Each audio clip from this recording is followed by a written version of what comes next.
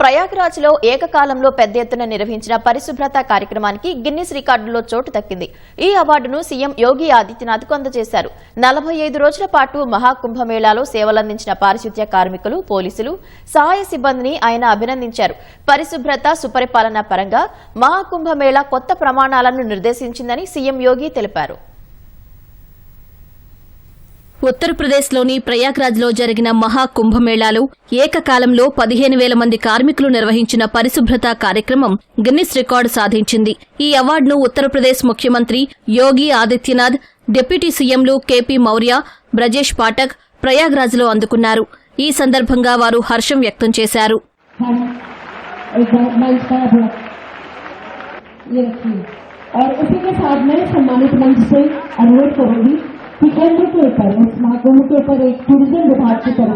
మహాకుంభమేళా విజయంలో పారిశుద్ధ్య కార్మికులు, ఆరోగ్య కార్యకర్తలు కీలక పాత్ర వహించారని సీఎం యోగి ఆదిత్యనాథ్ కొనియాడారు. అనంతరం పలువురు కార్మికులకు ప్రశంసా పత్రాలు అందజేశారు. పారిశుద్ధ్య కార్మికులు, ఆరోగ్య కార్యకర్తలకు 10,000 రూపాయల ప్రోత్సాహకం అందించాలని ప్రభుత్వం నిర్ణయించినట్లు సీఎం యోగి చెప్పారు. ఏప్రిల్ నుంచి పారిశుద్ధ్య కార్మికుల కనీస వేతనం 16,000కు పెంచనున్నట్లు తెలిపారు.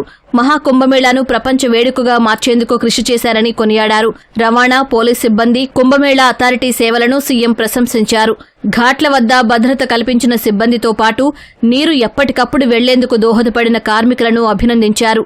45 రోజుల పాటు వేడుకగా జరిగిన మహాకుంభమేళాను తమ సొంత కార్యక్రమంగా భావించి సహకరించిన ప్రయాగ్రాజ్ ప్రజలకు సీఎం యోగి కృతజ్ఞతలు తెలిపారు.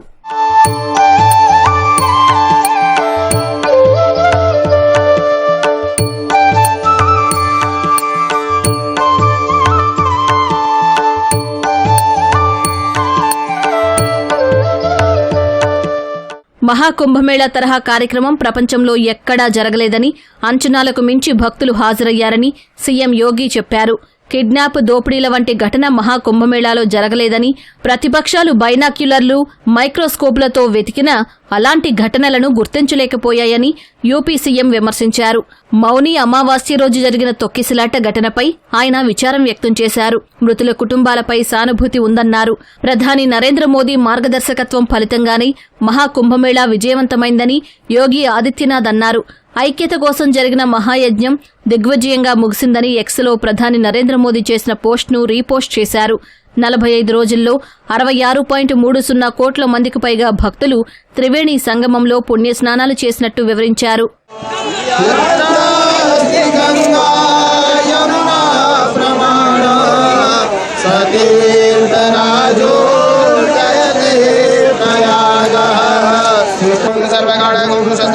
आत्मसनि प्रजासनि पशुसनि लोकसन्न भयसनि अग्निः प्रजा बहुलां मे करोत्वन्नं वयोरेतो अस्मासु दत्ता.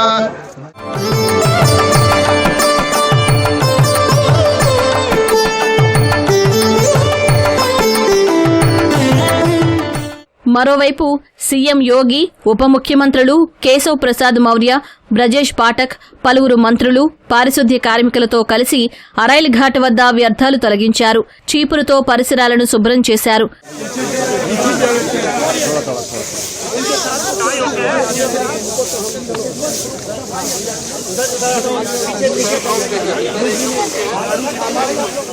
అనంతరం పారిశుద్ధ్య కార్మికులతో కలిసి సీఎం యోగి భోజనం చేశారు.